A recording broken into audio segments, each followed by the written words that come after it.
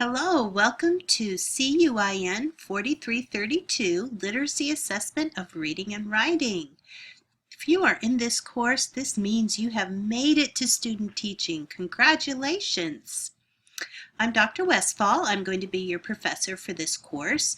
This is my 4th year at the University of Houston and actually my 28th year in education. I can hardly believe that.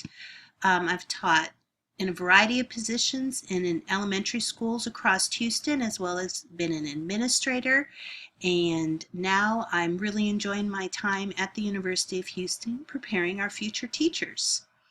I'm also a mother of 5 children and 1 perfect granddaughter, and there's a Mr. Westfall as well, and 4 dogs, and just a kind of a quiet household, as my youngest is now a senior in high school, so it's a little different for me these days. So this just gives me more time to spend teaching 4332. We're going to spend some time today looking through the syllabus very quickly so we can get that out of the way, and so when we meet next week for our first class period, we can go ahead and get right to the business of learning how to teach reading. So on the syllabus, you'll notice that there are 5 sections. I'm teaching 5 sections this semester. I teach all day Monday in Sugar Land, all day Wednesday on main campus, as well as Thursday mornings. So if you need to get a hold of me, the best way to do that is either through email. I have both my email addresses below, as well as texting me at 713-502-4249. If you would like to meet in person, I'm typically in class a few minutes well before class actually starts, so we could talk then, or if you wanted to stay after class, we can do that as well. If you'd like to meet at a different time, that gets a little tricky with our schedules, but certainly we'll work really hard to make that happen for you. So let's take further down in the syllabus. There's our ADA statement. If you need 504 or other accommodations, all you have to do is bring the paperwork to me and we're happy to take care of that for you. Let's take a look at the textbooks, because you're kind of wondering, oh, how much money am I going to have to spend for this class? Well, you're going to have to spend a little bit. But please know I've thought very hard about the best text for this course. I did not choose a typical textbook. I went with some what we call professional books to help develop your professional library as a teacher. The first one you're going to purchase is Craft Lessons by Ralph Fletcher and Joanna Portalupi. There's a first edition and a second edition. Either will work. I have a first edition, really need a second edition. It'll cost about $25 if you buy it in the bookstore, but I think you could get it cheaper online used. Should be pretty easy for you. We're not using it till the end of towards the end of the semester, so you have time to do a little bargain hunting, if you will. But you definitely will want this when we start talking about writing. It's a wonderful resource that I know you can use in your classroom later on. The second text that you will need is called The Reading Strategies book by Jennifer Saravallo. This book has been out for about 1.5 years. It's fairly new, so it might be a little trickier to get used. I love this book, and you will see why as we start looking at it and using it to plan instruction for kids. Jennifer Saravallo is really a strong voice in literacy education right now, so I'm excited we're going to get to use her book. Her Writing Strategies book is coming out in February. I'm very, very excited about that. The third thing you're going to need is this bound copy of the text. If you don't already have it, it's available in the bookstore. They'll probably overcharge you for it, but you do need it because we need to tie our instruction to text. We need to teach what the state of Texas legally requires us to do. So we're going to become more familiar with text, and this is the way we have it bound and organized for you. I think you will find quite helpful. So you'll need a copy of this. As well, throughout the semester, I'm going to give you some articles, some blog posts, a variety of other reading material to support our learning. I try to use sources that you would use typically as a teacher, so you can start being comfortable with the wealth of resources available to you as a teacher. I'm excited about the readings I've chosen, so I hope you find them as beneficial as I have. As well, I do have one text that is recommended Last summer, Fountas and Pinnell put out a second edition of their guided reading book, which is very, very, very exciting. It's, as you can see, a very thick book with lots and lots of information that is almost overwhelming, especially to a beginning teacher. So I'm going to pull some information out throughout the semester that I think is most helpful to you, but I encourage you to consider this book as you begin to build your own professional library for your future teaching. Okay, so as we peruse to page 2, you can see our technology requirements. You need, of course, to have access to Blackboard. I post almost everything on Blackboard. I send messages through Blackboard, so checking Blackboard regularly is very, very important. There is an app that can help you do that, but I think using a computer for most Blackboard work is more helpful. There is a description of our course, the methodology further on that I'm going to use.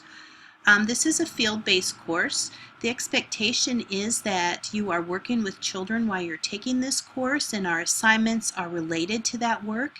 You're going to be asked to assess students and then plan instruction for them and teach them. So part of taking this class is knowing that I'm going to need to be able to work with kids. So if you are not student teaching, which most of you are, but some of you might not be, you need to be thinking, how can I fulfill and complete my assignments for this course if I'm not working with kids regularly? If that is going to be a problem for you, this might not be the course for you to take at this time. We will be spending a lot of time during class, hands-on practice teaching each other, administering assessments, looking at resources for teaching. We'll be taking some formative assessments, scoring. We're going to do lots of very interactive things. That is my plan. There will be some times when I'm going to have to give you some information. I'm going to try to limit that lecturing as much as possible. Sometimes I might make a recording with a PowerPoint like this and ask you to view that before you attend class, so you can have some background knowledge as we delve into the business of teaching. The standards for this class come from the Texas Teacher Preparation Standards.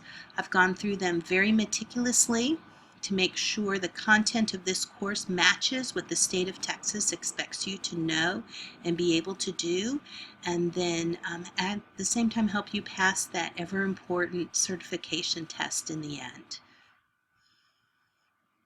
So we talked about methodology. I do encourage you to take advantage of the University of Houston Writing Center if you feel writing is still an area in which you struggle. Teachers are held to a very high standard for writing, their spelling, their grammar, their punctuation, more than most people in our population, and as it should be, we are the teachers of language. So if that's still an area for you that you struggle with, the University of Houston Writing Center is still available for you to use. So let's take a quick look at your assignments. There is no final exam for this course. After each module or unit, you will take a post test, a pretty short post test. The total points for those post tests are 10 points. So there's nothing to stress about or spend hours and hours studying for. Most of the information needed to do well will be given to you in class, and you'll have opportunities to practice actually using that information. In each module, you typically have at least one assignment. Some modules have a few more depending on how long they last. We'll go into depth for those assignments when we get to those modules. They'll just make more sense at that time, but you can get a sense of the layout of the assignments. Give you a moment to look. The assignment I will talk about in depth right now is the data team meeting reflection, which is worth 5 points. And in this assignment, I'm asking you to attend some sort of meeting at your school where a group of teachers or administrators or specialists or counselors or whomever look at some data about a group of children or an individual child and then use that data to make some decisions about instruction or grouping or even a program. These meetings are called lots of different things depending upon your school. Sometimes they're called a PLC. If you're teaching special ed in your student teaching experience, you would probably attend an ARD. Other classroom teachers might attend a 504 meeting or an RTI meeting. You just need to talk with your CT and describe what you need to attend, and I bet she can get you to the right place. You are going to write a 2-page reflection of the meeting. I'm going to ask you to include who was there, not their names, but their titles, such as a principal or a specialist or a diagnostician or classroom teachers, okay, that kind of thing. The kind of data that was given and observed, any decisions that were made, how those decisions were made, what kind of process might have been used, were parents involved, how are parents going to be informed of these decisions if they're not there, any pertinent information. I'd also like you to do a little bit of reflection. What happened at this meeting that was surprising to you?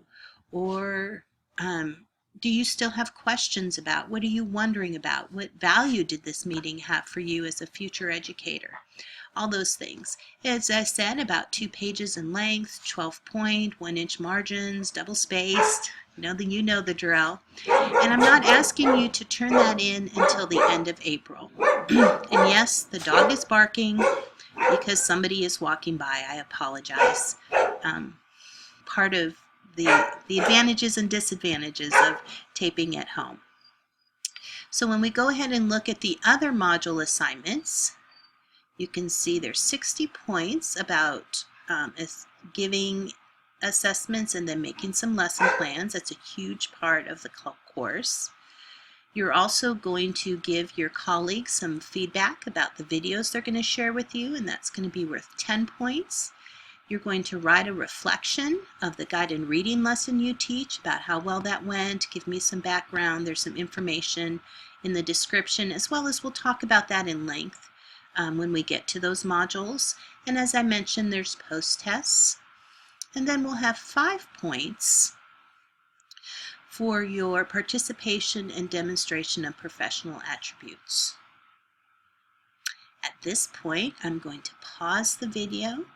This has been part 1, and in a moment, when you've taken a little break yourself, you can go ahead and start part 2, where we'll talk about some specific expectations as well as the course calendar.